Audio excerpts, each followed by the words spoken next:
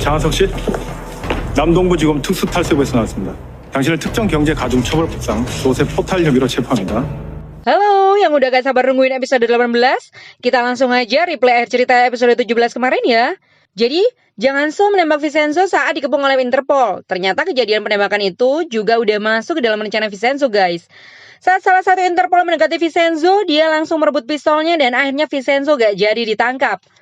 Vincenzo malah ngasih bukti soal penyuapan yang dilakukan Paolo kepada para pejabat Itali. Tidak hanya itu, polisi Korea juga dapat file soal perusahaan cangkang bubble. Jadi sebenarnya, Jang Han-so udah bocorin ke Vincenzo soal kedatangan Interpol ini, guys. Dan untuk menutupi perbuatannya, Han-so meminta Vincenzo untuk menembak lengannya. Kondisinya udah dibalik nih sama Vincenzo, guys. Esok paginya, Vincenzo dikasih tiket gratis penerbangan balon udara oleh Park Seo-doo. Dia cuma antisipasi aja, guys. Kali aja Vincenzo dalam bahaya dan harus meninggalkan Korea. Sepertinya hari ini Vincenzo bakal melanjutkan permainan caturnya, guys. Tim Jipuragi juga udah menyiapkan gugatan terhadap Menara Babel. Hari itu, Pak Hwang Jin-tae dapat pesan yang isinya adalah rekaman saat pembagian emas di rumah Han-sok. Di situ juga ditulis dia harus datang ke Cafe Glory Sound jam 3 sore nanti. Ternyata yang datang ke cafe nggak hanya Pak Hwang aja, guys. Banyak para petinggi yang dikumpulkan di situ, dan saat mereka sudah berkumpul, tiba-tiba terdengar suara percakapan mereka saat berada di rumah Han-sok. Tentu semua yang datang panik, guys. Lalu Pak Hwang menghubungi Han-sok dan memperingatkannya. Han-sok bingung, guys, karena dia nggak ngerasa melakukan hal itu. Vincenzo dan Chae-yong akhirnya mengajukan gugatan untuk Menara Babel ke kantor kejaksaan. Pertarungan dimulai lagi nih, guys. Kabar ini juga sudah disampaikan ke Bu Choi. Makin pusing nih Han-sok, karena dia juga masih bingung nyari pelaku penyadapan yang terjadi di rumahnya. Setelah kabar gugatan itu, dia semakin yakin dalang dari kejadian ini adalah Vincenzo. Pada sini yang lain, terlihat Ibu Young Ho mengantarkan buah ke kuil Nanyak untuk para biksu. Tapi ternyata bisu-bisu itu lagi mau keluar, guys, untuk berpindah patah. Ibu Young Ho curiga, guys, karena para biksu hampir setiap hari keluar untuk berpindah patah akhir-akhir ini.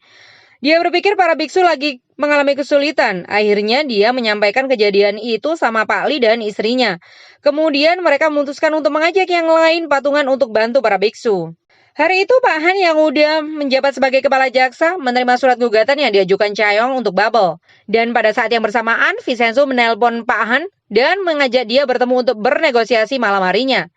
Vincenzo sebenarnya mau memperingatkan Pak Han karena dia udah memanggil Interpol waktu itu, guys.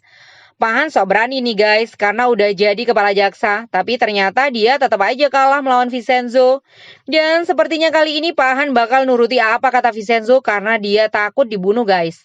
Malam itu Chae-yong juga menemui Bu Choi. Dia menunjukkan bukti soal keterlibatan Bu Choi atas kematian para petinggi negara, termasuk kematian Pak Hong. Chae-yong sepertinya bakal ngasih kado Natal nih buat Bu Choi, tapi sepertinya Bu Choi sama sekali nggak takut sama ancaman Chae-yong, guys.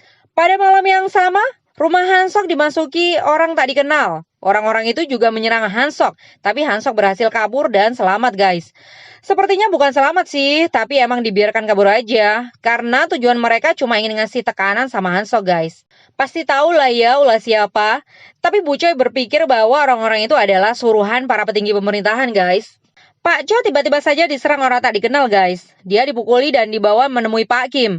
Ternyata Pak Kim juga mengincar emas dan file guillotine yang ada di Plaza Gemga. Pak Kim menangkap Pak Cho karena dia tahu kalau hanya Pak Cho yang bisa buka basement itu, guys. Biarpun data iris matanya sudah nggak ada, Pak Kim bersikeras menyuruh Pak Cho untuk mencari cara lain. Pak Cho dipaksa untuk mencari pembuat sistem iris mata Wang Shaolin. Keesokan harinya Han-sok didatangi gerombolan gak dikenal lagi, guys. Kali ini dia juga bisa kabur untungnya. Bu Choi dan Pak Han bingung nih cara menghadapi kejadian yang menimpa Han-sok. Akhirnya Pak Han ngasih ide ke Bu Choi untuk memasukkan Han-sok ke penjara. Karena menurut Pak Han, tempat teraman kali ini untuk melindungi Han-sok adalah penjara, guys. Meski awalnya Bu Choi nggak setuju, tapi akhirnya Bu Choi tetap menyarankan hal ini sama Han-sok. Han-sok nggak mau nerima, guys. Tapi setelah Bu Choi meyakinkan, akhirnya Han-sok bersedia masuk penjara demi keamanannya. Han-sok dijemput petugas dari Kejaksaan Namdongbu dengan tuduhan penggelapan pajak dan pelanggaran UU perpajakan. Sebelum ke penjara, Han-sok menyuruh Han-so untuk segera meluncurkan biobubble. Tapi kali ini, Han-so nggak menuruti perintah, guys. Sepertinya Han-so udah mulai berani nih ngadepin Han-sok.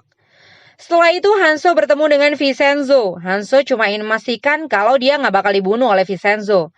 Dia benar-benar selamat kali ini, guys, karena Vincenzo udah melihat perubahan baik pada diri Han-so. Han-sok udah di penjara nih, guys, dan ruangannya ternyata nggak seperti yang dijanjikan oleh Bu Choi. Hari pertama di penjara, dia dikunjungi oleh Vincenzo. Vincenzo ngasih tahu kalau semua kejadian yang menimpa Hancock adalah ulahnya, guys. Termasuk ide untuk memasukkan Hancock ke penjara adalah perbuatan Vincenzo. Vincenzo memastikan Hancock melihat runtuhnya menara Babel dari dalam penjara. Karena Vincenzo ternyata udah punya file perusahaan cangkang Babel. Jadi, pupus sudah deh harapan Hancock keluar dari penjara dengan cepat. Pak Han dan Pak Jung membahas nasib Hancock ke depannya, guys. Sepertinya kali ini mereka harus membiarkan Hancock mendekam di penjara. Karena bisa jadi hal ini adalah harapan semua pihak. Dan soal tuntutan menara Babel, sepertinya Pak Jung memberanikan diri untuk menangani kasus ini, guys. Pindah scene, guys. Vincenzo dihubungi oleh Luka dan dia ngasih tahu kalau udah tiba di Korea. Kedatangan Luka kali ini cukup mengagetkan buat Vincenzo. Luka ngasih tahu kalau keluarganya sedang dalam bahaya dan Vincenzo diminta pulang bersama Luka. Tentu ini keputusan yang sulit buat Vincenzo untuk ninggalin Korea. Malam sebelum Vincenzo terbang ke Italia, dia menghubungi Pak Cho. Pada saat itu, Pak Cho lagi diawasi untuk melacak pembuat sistem iris mata Wang Shaolin, guys.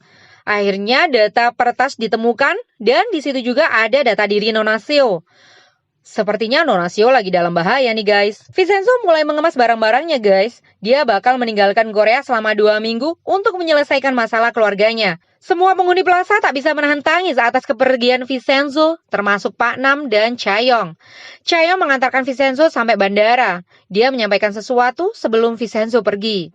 나도 같이 아프니까 절대 다치지 말아요. 약속할게요.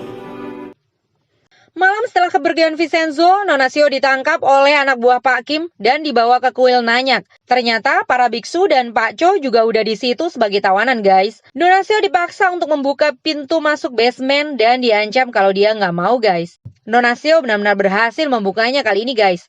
Pak Kim langsung turun dan masuk ke dalam basement. Tapi sampai dalam basement, dia tidak menemukan apa-apa, guys. Semua emasnya hilang. Pak Cho juga tidak tahu menahu soal itu, guys. Saat Pak Kim memaksa Pak Cho ngasih tahu soal keberadaan emas dan file guillotine, Nona Seo memakai kesempatan itu untuk kabur dan meminta pertolongan penghuni plaza yang lain. Tapi nggak ada orang sama sekali, guys, di plaza kecuali Chaeyong dan Pak Nam yang keluar melindungi Nona Seo. Pak Kim menyuruh anak buahnya menyeret Nona Seo. Chaeyong tentunya tak mungkin tinggal diam, guys. Dan pada saat Chaeyong mau dipukul sama anak buahnya Pak Kim, tiba-tiba saja Vincenzo datang dan menyelamatin mereka, guys. Apa yang sebenarnya sedang terjadi dengan Vincenzo? Apakah dia tidak jadi berangkat ke Italia? Nantikan kelanjutannya di episode 19 ya, guys. Sampai jumpa!